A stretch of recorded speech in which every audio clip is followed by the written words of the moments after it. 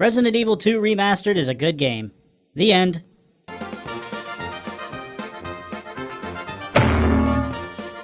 Okay, look.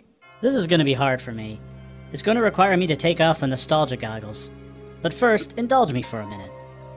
Resident Evil was it when it came to the survival horror genre. There were other worthy contenders at the time, but no one soaked up the spotlight quite like Resident Evil. Truly, Capcom picked the right time to cash in on the zombie craze. When I first played it, I was in a younger state of mind, if you will. Everything was new, and holy crap, giant alligator! Oh wow, I know that guy. Fun fact, every creepy clandestine organization has a big brute enforcer in a trench coat.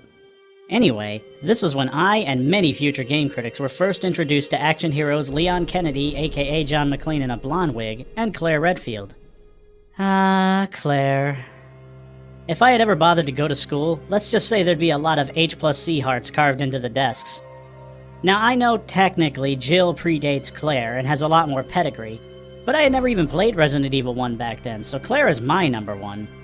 With Samus Aran and Lara Croft hogging all the spotlight, it was hard to make a name for yourself as a female protagonist. Oh, you can just piss off! In walks humble Claire, with no power armor and no polygonal booby emphasis. I know other nerds are really into the warrior female, which Claire can do, I might add, but I like a girl who's a little more subtle. Less Wonder Woman and more like Tali from Mass Effect. Capable, but very human. More or less. My point is, Claire isn't a warrior by trade, she's a survivor. She came to Raccoon City to find her brother, and gets swept up in a corporate conspiracy of cataclysmic proportions. When playing, I worried about her and her survival, and her concern over little Sherry is sweet and heartwarming. She's kind of a Ripley wannabe, but my philosophy is, if you gotta rip off somebody, rip off one of the good ones.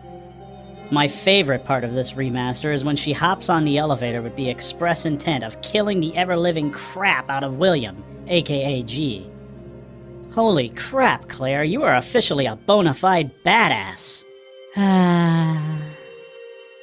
Alright, that's enough weird fanboy crushing on a fictional character. Off come the goggles.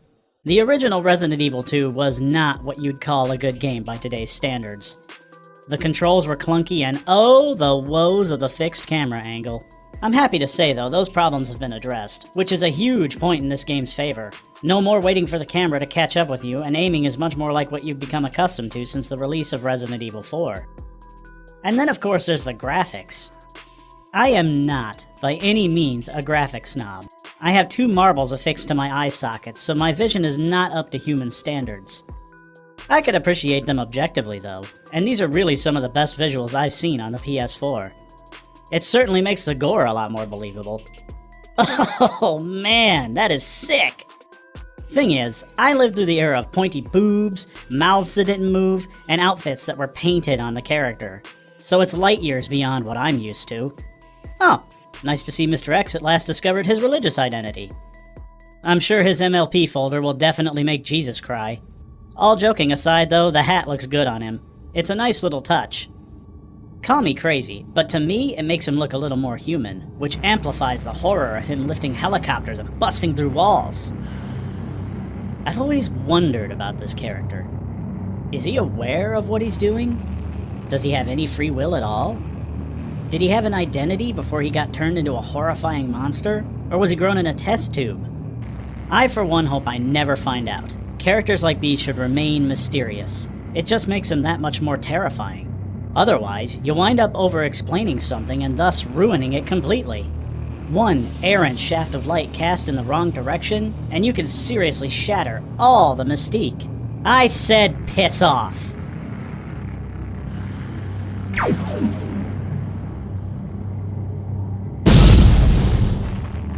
FYI, any nerds hoping to catch me on the details, I know that there exists literature and other games that provide insight as to the origin of Tyrant.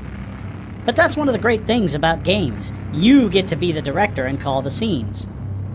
I'm choosing to omit any scenes that involve explaining this monster's origin. There's G-Virus, and he's swimming with it. That's all the info I need. But hey, that's not what's important. What's important is the game itself. This game is a lot of fun. Yeah, take that, zombie! I said take that, zombie! Oh, come on! The zombies in this game will get up even after you've unloaded a full clip into their brains. Listen, any zombie fan worth his salt knows that when dealing with the slow, shuffling undead, a headshot is the only way to bring them down. This is a sacred tenement and should not be violated. And please, spare me any lectures about balancing. There are plenty of ways to balance the difficulty. More zombies, limited ammo, hell, maybe even zombies that shoot back. But zombies that are immune to headshots? That's like a car with square wheels. Unless you see that satisfying brain explosion, you're better off just blowing out their kneecaps. This isn't Dead Space, though. This is Resident Evil. I can't complain too hard. In the olden days of Resident Evil 2, the zombies were hard to kill for the wrong reasons. You didn't have much license on where you could aim.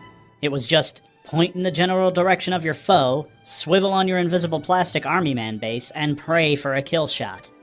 And that was kind of a problem. Now you can actually aim and shoot organically. The whole point of a remaster is to improve the experience of the original concept, and that is one of the ways it needed to be improved. So on that front at least, this game has succeeded. Another issue I'm having is something of a pre-existing condition. In the olden days, managing inventory was every bit as much a part of the challenge as killing the monsters. However, I humbly suggest that maybe we can lose that aspect.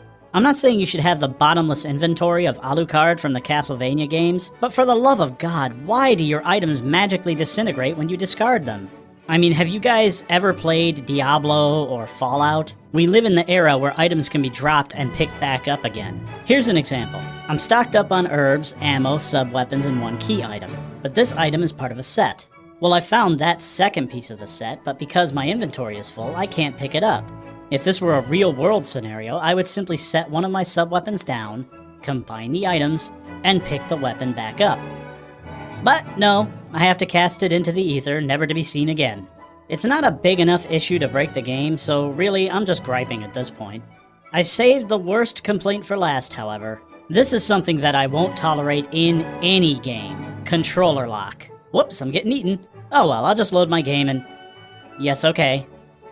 Okay. Okay! Let me load my freaking game already! Why can't I skip? Never, ever, ever should a player be locked out of their game. What if they need to pause or go to the bathroom? I know that sometimes a cutscene can't be paused, but oh wait, you can. Well, I could pause and even skip during the main cutscenes, but for some reason the in-game animations or death sequences can't. What's the deal, Capcom? Were you just that proud of your death scenes that you just had to make us watch them? After the first time I watched my trachea get ripped from my neck, it was really cool. But after the next dozen or so times, and it will happen to you too, all I wanted to do was skip to the part where I reload.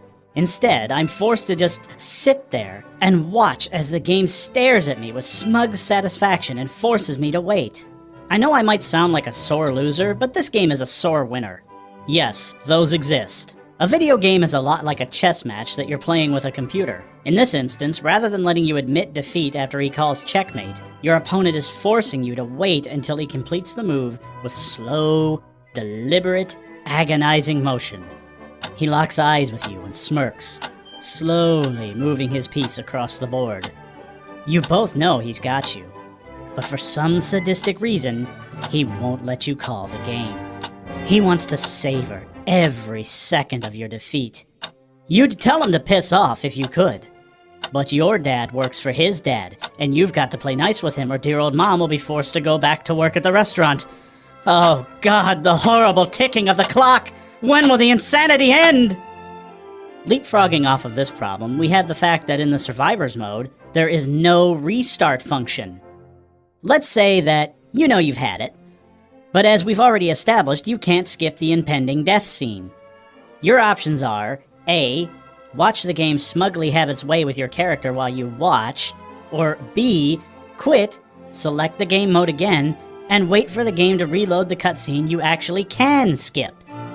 Now you tell me, does that sound fun in a game where most people are bound to die a few times?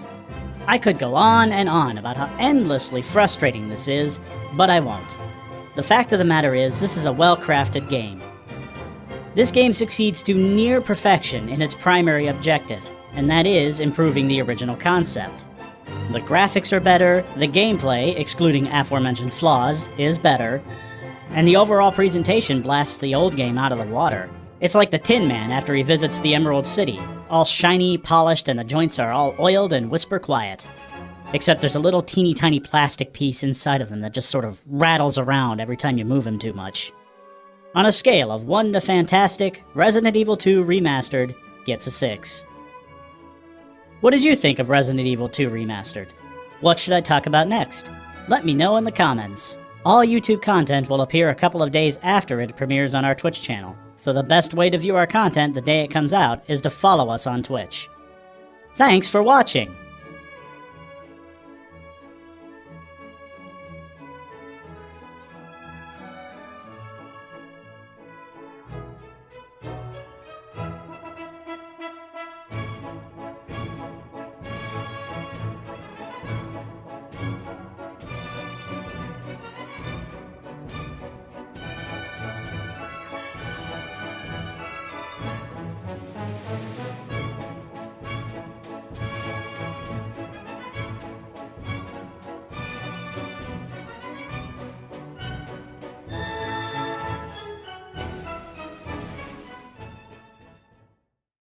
Oh, this is a nitpick, but why do I have to buy the original music? Shouldn't that just be in there anyway? Way to milk the nostalgia cow, Capcom. Hello?